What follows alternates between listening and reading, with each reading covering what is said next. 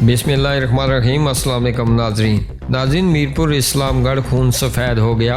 नाफरमान बेटे ने माँ और बहनों पर जुल्म के पहाड़ तोड़ दिए, मुल्ज़म गिरफ्तार। नाज़रीन, तफसीलात में जाने से कबल आपसे हमारी इल्तमास के अगर अभी तक आपने हमारा चैनल सब्सक्राइब नहीं किया तो इसे सब्सक्राइब कीजिएगा और साथ वाले बेल आइकन को ज़रूर प्रेस कीजिएगा। नाज़रीन, इस्लामगढ़ मीरपुर खून सफ़ेद हो गया। नाफरमान बेटे ने माँ और बहनों पर जुल्म के पहाड़ तोड़ दिए। नाफरमान बेटे का माँ और बहनों पर तशद्दुद। जमुई की रिहायशी रोबीना शाहीन की दरख्वास्त पर पुलिस थाना इस्लामगढ़ ने फैसल महमूद को गिरफ्तार कर लिया। रोबीना शाहीन का मुकदमा दर्ज करने का मुतालबा।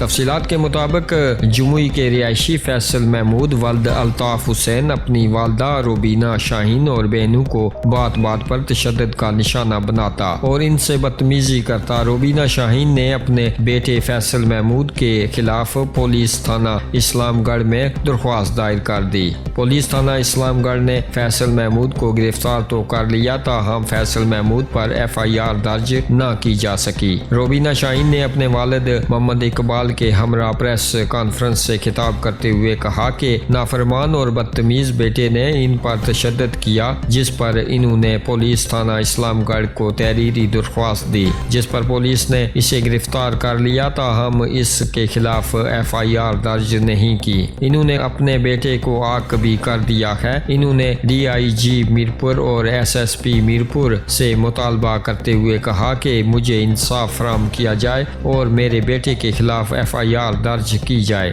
नाज़रीन, आप भी अपनी राय का इजहार इस खबर के हवाले से नीचे कमेंट बॉक्स में ज़रूर कीजिएगा और मज़ीद खबरों और अपडेट्स के लिए हमारे इस चैनल को सब्सक्राइब कीजिएगा। इसी के साथ चाहेंगे आपसे इजाज़त, अगली वीडियो तक के लिए अल्लाह हाफिज़।